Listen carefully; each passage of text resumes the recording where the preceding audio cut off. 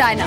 पाकिस्तान में 20 घंटे बिताने के बाद राजनाथ सिंह भले ही स्वदेश लौट आए हों, लेकिन सवाल यह है कि आखिर पाकिस्तान जैसे पड़ोसी के साथ संबंध कैसे सुधारे जाएं। अक्सर कहा जाता है कि हम पड़ोसी नहीं बदल सकते, लेकिन पाकिस्तान कब ये बात समझेगा? तो क्या पाकिस्तान के साथ शांति वार्ता बेमानी है? आखिर कैसे सुधरेंगे पाकिस्तान के साथ संबंध? इसी मुद्दे पर बातचीत करने के लिए हमारे साथ बिग स्टोरी बिग डिबेट में कुछ खास मेहमान हैं। आपसे तारुफ करा दे तमाम मेहमानों का। हमारे साथ major general retired GD Bakshi हैं। सर, आपका स्वागत है। कांग्रेस स्पोक्स पर्सन मीम अफजल हमारे साथ हैं। डिफेंस एक्सपर्ट कमर आगा जी हमारे साथ स्टूडियो में मौजूद हैं। सीधे पाकिस्तान से डिफेंस एक्सपर्ट शफकत सईद जी हमारे साथ हैं। लगातार दूसरे दिन वो जी बिजनेस पर हमसे बातचीत कर रहे हैं और इस डिबेट में शामिल हैं। और बीजेपी के स्पोक्स पर्सन नरेंद्र तनेजा जी हमारे साथ हैं। बहुत स्वागत है आपका शफकत सईद जी। लगातार दूसरे दिन आपने समय निकाला हमसे बातचीत करने के लिए, और हम बिल्कुल वैसा नहीं करेंगे जैसा आपने पाकिस्तान में हमारे गृह मंत्री के साथ किया और 20 घंटे में उन्हें वापस लौटना पड़ा, वो भी बिना लंच किए। हम आपकी पूरी तरह मेहमान नवाजी करेंगे और पूरा मौका देंगे आपको बोलने के लिए। इसलिए सबसे पहला सवाल हम आपसे यही करना चाहते हैं, और आज भी मेरा सवाल यही है कि ये सब करने के पीछे आखिरकार पाकिस्तान मैसेज क्या देना चाहता है इंटरनेशनल प्लेटफॉर्म पर? क्या आप किस चीज को रेफर कर रहे हैं? सार्क में जो समिट में हुआ कल, गृह मंत्री राजनाथ सिंह जो 20 घंटे में उन्हें वापस आना पड़ा, ये पता था कि हाँ कुछ कड़े मुद्दों पर पाकिस्तान को घेरा जरूर जाएगा। ब्लैकआउट कर दिया गया उनकी स्पीच को। हमारी जो 3 एजेंसीज हैं, दूरदर्शन, ANI और PTI, उनके पत्रकारों को भी, उनके रिपोर्टर्स को भी अंदर नहीं जाने दिया गया। आखिरकार किस तरीके की मेहमान नवाजी है? मैडम, ये कल शाम को तकरीबन कोई पाकिस्तान के टाइम के मुताबिक 6:15 साढ़े 6 बजे करीब इंडियन टेलीविजन के ऊपर गवर्नमेंट ऑफ इंडिया ने एक क्लैरिफिकेशन जारी की थी, जिसके मुताबिक उन्होंने ये कहा कि राजनाथ साहब को ब्लैकआउट नहीं किया गया है, और जो mutually agreed proceedings of the conference थी, उसके मुताबिक ओनली ओपनिंग एड्रेस जो था वो सपोज टू बी टेलीकास्टेड। तो उसके बाद जो बाकी किसी का भी एड्रेस बराह रास्त नहीं दिखाया गया, लाइव नहीं दिखाया गया। तो मेरे ख्याल में आपका ये कहना कि उनको ब्लैकआउट किया गया, ये बिल्कुल दुरुस्त नहीं है। लेकिन जहाँ तक ताल्लुक है कि जी लंच नहीं किया, तनाव बहुत ज़्यादा था, और चौधरी निसार साहब और राजनाथ साहब आपस में गर्मजोशी से मुलाकात नहीं कर सके, जिस तरह और कभी दोनों ममालिक के विजिट्स के दौरान देखने में आता है। तो उसकी एक बहुत बड़ी वजह मौजूदा कश्मीर की सिचुएशन है, और इस कश्मीर की सिचुएशन के ऊपर भारत ने बिल्कुल दुरुस्त तरीके से अपने पॉइंट ऑफ व्यू को एक्सप्रेस किया, और बिल्कुल उसी तरीके से चौधरी निसार साहब ने भी अपना पॉइंट ऑफ व्यू एक्सप्रेस किया। यहाँ पे मैडम मैं एक बात करना चाहूँगा कि हम लोग एक दूसरे की किसी भी चीज़ को दुरुस्त नहीं समझते हैं, और अपनी हर चीज़ को दुरुस्त समझते हैं, चाहे वो कोई पाकिस्तानी हो या इंडियन हो। और यही वजह है कि हम एक दूसरे के करीब नहीं आ पा रहे हैं, हम अपने मसलों को नहीं सुलझा पा रहे हैं। जब आप बार बार कश्मीर का राप आलापेंगे, पिछले कई सालों से 1947 के बाद की बात है ये, तो आखिरकार एक बात पे कैसे राजी हो सकते हैं? आपकी बात बिल्कुल दुरुस्त है, और ये आपका पॉइंट ऑफ व्यू है कि कश्मीर मसला नहीं है, और ये पाकिस्तान का पॉइंट ऑफ व्यू है कि कश्मीर मसला है। और यही वजह है कि जिसको आप दहशतगर्द कहते हैं उसको पाकिस्तानी शहीद कहते हैं। मैं एज ए न्यूट्रल जब मैं अपने आप को रखने की कोशिश करके इस चीज़ को देखता हूँ, तो इसकी सबसे बड़ी वजह यह है कि पाकिस्तान और इंडिया एक दूसरे के लिए इंतहाई हद तक इंटॉलरेंट हैं। वाकई इंटॉलरेंट है। आप ऐसी हरकतों को कैसे साबित, मतलब पाकिस्तान में कुछ दहशतगर्दों के इशारों पर पूरी सत्ता चलती है। राजनाथ सिंह के दौरे से पहले कुछ दहशतगर्द रोड पर प्रोटेस्ट करते हैं, उनको क्यों नहीं रोका जाता? देखिए, पाकिस्तान में तो क्या बात कर रही है, 10 डाउनिंग स्ट्रीट के सामने प्रोटेस्ट होते हैं, व्हाइट हाउस के सामने प्रोटेस्ट होते हैं।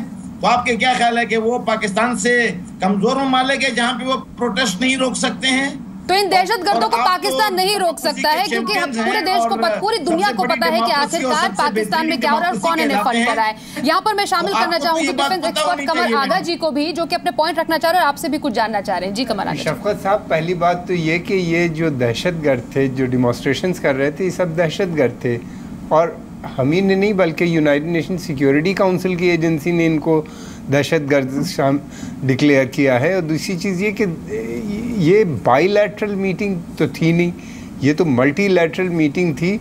और ये मीटिंग जो थी, इसमें कहाँ से डिमॉन्स्ट्रेशंस आ गए और कहाँ से ये रोका गया, इस तरह की चीज़ें मल्टीलैटरल में तो होती नहीं। और कश्मीर का इशू कहाँ से आ गया, पहली बात तो ये, भारत जब गया था, हमारे होम मिनिस्टर ने पहले ही कह दिया था कि ना तो कोई डोसियर देंगे ना कोई बातचीत होगी बाईलैटरल, ये मल्टीलैटरल मीटिंग है। तो ये तो कुछ प्रोटोकॉल्स होते हैं, कुछ कन्वेंशंस हैं इंटरनेशनल, वो फॉलो किए जाते हैं। अफसोस की बात यह है कि पाकिस्तान ने उनको भी नहीं फॉलो किया। आप क्या कहते हैं? जनाब, आपने जो जिन चीजों का इजहार किया, मैं फिर वही बात पुरानी करूंगा। क्या आपने 10 डाउनिंग स्ट्रीट के सामने, 10 डाउनिंग स्ट्रीट के सामने कोई दहशतगर्द आके नहीं करता डिमॉन्स्ट्रेशन। वहाँ पे पब्लिक, हमारे यहाँ भी डिमॉन्स्ट्रेशन होते हैं। डेमोक्रेसी हम बहुत अच्छी तरह जानते हैं, डेमोक्रेसी के बारे में आप हमें न बताइए। जब मीटिंग्स होती हैं वो इंटरनेशनल मीटिंग होती हैं, वो मल्टीलैटरल नहीं होती, इंटरनेशनल होती हैं। उसमें आपने यूरोप में देखे हंड्रेड्स ऑफ थाउजेंड्स ऑफ लोग जो हैं वो they come out on the street to protest.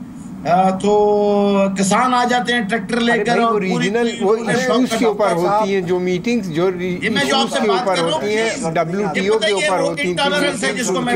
तभी तो हमने शो का नाम रखा है कि पाकिस्तान है कि मानता नहीं। और यहाँ पर शफकत जी मानने को बिल्कुल तैयार नहीं है। यहाँ पर कुछ और पैनलिस्ट को मैं इस पूरे डिस्कशन में शामिल करना चाहूंगी।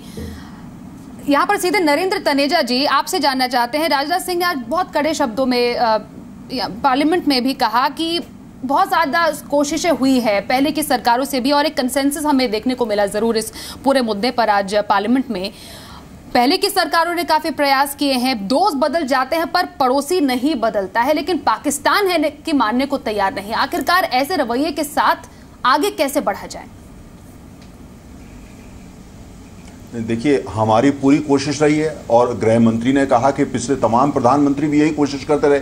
आज आपने संसद में देखा, किसी भी राजनीतिक दल के पूरा देश एक आवाज में बोला कि हम एक मल्टीलैटरल मीटिंग हो रही है, सार्क की मीटिंग है, रीजनल कोऑपरेशन को बढ़ाने की मीटिंग है, और वहां पे पाकिस्तान है ना, जो एक ज़माने में हिंदुस्तान का हिस्सा होता था, एक तहजीब होती थी, 6000 साल पुराना सिविलाइजेशन है, उनको ये नहीं पता कि कोई मेहमान आता है तो उसके साथ कैसे पेश आना चाहिए। मतलब वहाँ पे इतना सारे जो ऐसे फिर जो सेपरेटिस्ट हैं, माइंडेड लोग हैं, जो गलत माइंडेड लोग हैं, उन लोगों ने और आर्मी इतना टेक ओवर कर लिया है कि मतलब यानी ये भी वो भूल गए हैं कि तहजीब क्या चीज़ होती है। कश्मीर का मसले की बात, हमारे लिए कश्मीर का मसला है, हमारे लिए मसले ये है कि जो पाकिस्तान ऑक्यूपाइड कश्मीर है, वहाँ पर जो अत्याचार ये लोग कर रहे हैं, वहाँ पर जो जुल्म ये लोग कर रहे हैं, वहाँ के लोगों को कैसे आज़ाद करा करके उसको हम भारत में वापस लाएं, क्योंकि वो हमारा हिस्सा है। वहां पे जो इन्होंने बाहर की तमाम ताकतों को जमीन दे दी है, बाहर की तमाम फोर्सेस को वहां इन्होंने दे दिया, उसको कैसे वहां हम उसको आजाद करा सके, हमारे लिए ये मसला है। लेकिन हमने तो वो बात नहीं करी, क्योंकि ये एक सार्क की मीटिंग थी, एक रीजनल कोऑपरेशन की स्पिरिट थी, और अब उसको इन्होंने पूरी तरीके से इन्होंने ये कहा कि साहब हमारे यहाँ के जब नुमाइंदे मीडिया के गए हुए हैं, आप सरकार की बात छोड़िए, जब वहां पे आप जो नुमाइंदे गए हुए हैं, आपने उनको क्यों नहीं अंदर आने दिया? ये अच्छा, दूसरा, हमारे एक देश के गृह मंत्री गए हैं, अरे भैया कहीं भी आइए, आप अगर तमीज आप लोग भूल गए, हमारे यहाँ आइए, हम आपको सिखाएंगे कि मेहमान तो मेहमान होता है हुजूर।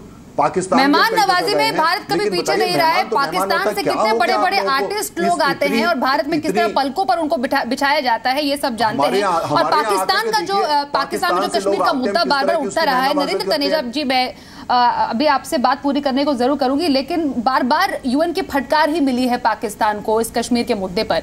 जीडी बख्शी साहब कुछ कहना चाह रहे हैं यहाँ पर, सर बोलिए।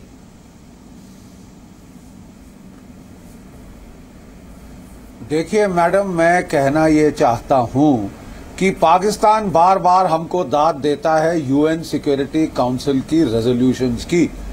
ये सिक्योरिटी काउंसिल की रेजोल्यूशन 1267 जरूर पढ़ लें, जिसने कहा है कि no cause in the world justifies the use of terror.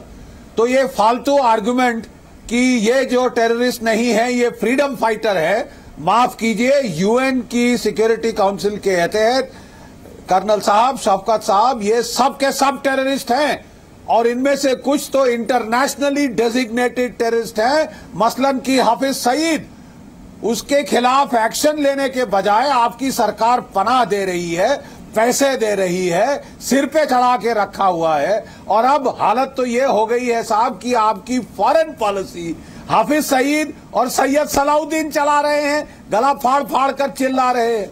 Number एक चीज। नंबर दो चीज साहब, 1971, 1965, 1947 में जब भी आपने कश्मीर छीनने की कोशिश की है, जंग हुई है। शौकत साहब, आप क्यों जंग की राह पे जा रहे हैं? क्यों आप बेवजह खूना खच्चर देखना चाहते हैं? एक बार फिर ये किसी के फायदे में नहीं होगा, खासकर सबसे ज्यादा नुकसान आपका होगा। जरा 1971 को प्लीज याद रख लीजिए। शौकत जी, आपके जो इंटरनल पॉलिटिक्स भी है, जो अंदरूनी जो मामला चल रहे हैं, उससे भी शायद कोई सबक लेने की बात ही नहीं हो रही है। और जैसा कुछ दहशतगर्दों को फ्रीडम फाइटर बताया जा रहा है, आखिरकार ये बात आगे बढ़ेगी कैसे? देखें, जहां तक कश्मीर के मसले का ताल्लुक है, कश्मीर के साथ बगैर मसले का वर्ड हम कश्मीर अकेला कुछ मायने ही नहीं रखता। कश्मीर या इंडियन ऑक्युपाइड है या पाकिस्तान आज़ाद कश्मीर है, या आप उसको पाकिस्तानी ऑक्युपाइड कश्मीर कहते हैं। हम आपके कश्मीर को स्टेट ऑफ कश्मीर के बजाय इंडियन ऑक्युपाइड कश्मीर कहते हैं। These are the contours of conflict. और जहाँ तक ये स्टैंड की बात है, अगर हम अपने अपने स्टैंड पे इसी तरीके से फ्लेक्सिबिलिटी नहीं दिखाएंगे और बिल्कुल जमे रहेंगे तो फ्लेक्सिबिलिटी कौन नहीं दिखा रहा है? पाकिस्तान की तरफ से फ्लेक्सिबिलिटी नहीं आ रही है। बार बार हम दोस्ती की बात कर रहे हैं, लेकिन बाबा पीठ पर छुरा भोंक दिया जाता है। फ्लेक्सिबिलिटी की बात कर रहे हैं। हमारे ताल्लुकात इस तरह, हम क्रिकेट नहीं खेलेंगे, हमारे ताल्लुकात इस तरह रहेंगे। हम कोई अच्छी बात फ्लेक्सिबिलिटी के साथ बेसिक प्रोटोकॉल नहीं फॉलो करते आप लोग। बेसिक प्रोटोकॉल्स फॉलो नहीं करते आप लोग। बेसिक प्रोटोकॉल्स फॉलो नहीं करते। फ्लेक्सिबिलिटी की बात कहां से होगी? बेसिक प्रोटोकॉल जो पूरी दुनिया करती है, आप लोग वो भी फॉलो नहीं करते। आप अंदाज लगाइए, एक मल्टीलैटरल सार्क की मीटिंग हो रही है रीजनल कोऑपरेशन के लिए, है ना, उसमें जो प्रोटोकॉल जैसी बेसिक चीज है आप उसको नहीं फॉलो करते। थोड़ा सा अपने गिरेबान में झांके देखिए, आप लोगों को हो क्या गया है। शफकत साहब, हम लोग बातचीत के जरिए मसले हल करना चाहते थे। अटल बिहारी वाजपेयी जी ने ये सिलसिला शुरू किया था, उसके बाद लगातार मीटिंग्स हुई, लेकिन जब किसी नतीजे पे हम लोग पहुंचने लगते थे, एक स्टेज ऐसा आ गया था कि लग रहा था कि जैसे सियाचिन और सर ग्रीक के मसले हल हो जाएंगे, तो कभी बॉम्बे में ब्लास्ट हो जाता है, मैसेकर हो जाते हैं लोगों के, तो कभी किसी दूसरे शहर में, कभी पार्लियामेंट पे अटैक हो जाता है। जितनी बातचीत आगे बढ़ती थी वो ख़त्म हो जाती थी। पहले तो ये चल रहा था, और अब हम देख रहे हैं कि ये हो रहा है कि जब बातचीत की डेट तय होती है तो उससे पहले ही या तो पंजाब के किसी शहर पे अटैक हो जाता है, और अब दोबारा तय होती है डेट, तो फिर उसके बाद पठानकोट हो जाता है। तो अब तो बातचीत नहीं हो पा रही है आप लोग की वजह से। ये जब तक रुकेगा नहीं, देखिए, ये दहशतगर्द के ज़रिए से अगर आप सोच रहे हैं कि कश्मीर के मसला हल हो जाएगा या कोई और मसला हल हो जाएगा, तो इससे कोई मसला हल नहीं होने वाला है। इससे और मसले उलझेंगे और ख़ुद पाकिस्तान एक बड़ी क्राइसिस में आता हुआ नज़र आ रहा है। इस वक्त हम अकेले नहीं हैं, हमारे साथ बांग्लादेश भी आपको शिकायत कर रहा है, आपके यहाँ उसने सीनियर मिनिस्टर नहीं भेजा। अफ़गानिस्तान आपको कह रहा है कि जो अफ़गानिस्तान में इस वक्त हो रहा है उसकी ज़िम्मेदार पाकिस्तान है, और वो ये कह रहे हैं कि तालिबान का हेडक्वार्टर जो है वो क्वेटा में है। बांग्लादेश भी यही बात कर रहा है। ये क्या आखिर हो रहा है? इस तरीके से कैसे होगा? ये पूरा क्षेत्र जो है, ये पूरा खित्ता, मैं तो देख रहा हूँ कि एक दहशत की उसमें बढ़ता हुआ नजर आ रहा है। कैसे बात आगे बढ़ेगी ऐसे? देखिए, मैं इनको मुख्तसर सा जवाब देना चाहूँगा। आपका इस वक्त you are on the top of the surf. आप सही, अभी आप सर्फिंग कर रहे हैं, you are the wave is behind you. Bangladesh में आपकी मुआफिक हुकूमत है, अफगानिस्तान में आपके मुआफिक कंडीशंस हैं। आप जो कहलवाना चाहते हैं, मुआफिक हुकूमत ज़्यादातर मुल्कों में है। मुश्किल तो ये है, सिवाय एक जगह छोड़ के।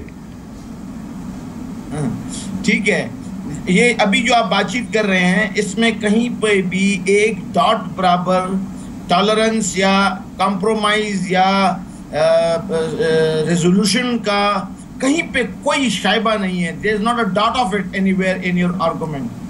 यही मैं कहता हूं कि जब तक हमारे ये स्टैंड इसी तरीके से रहेंगे, मैं देखें, I want to stay respectful. हुजूर एक बात बताइए, वरना आपकी एक एक बात का जवाब मेरे पास मौजूद है। जुली बख्शी साहब के साथ मैं पहले भी प्रोग्राम्स में हिस्सा ले चुका हूं।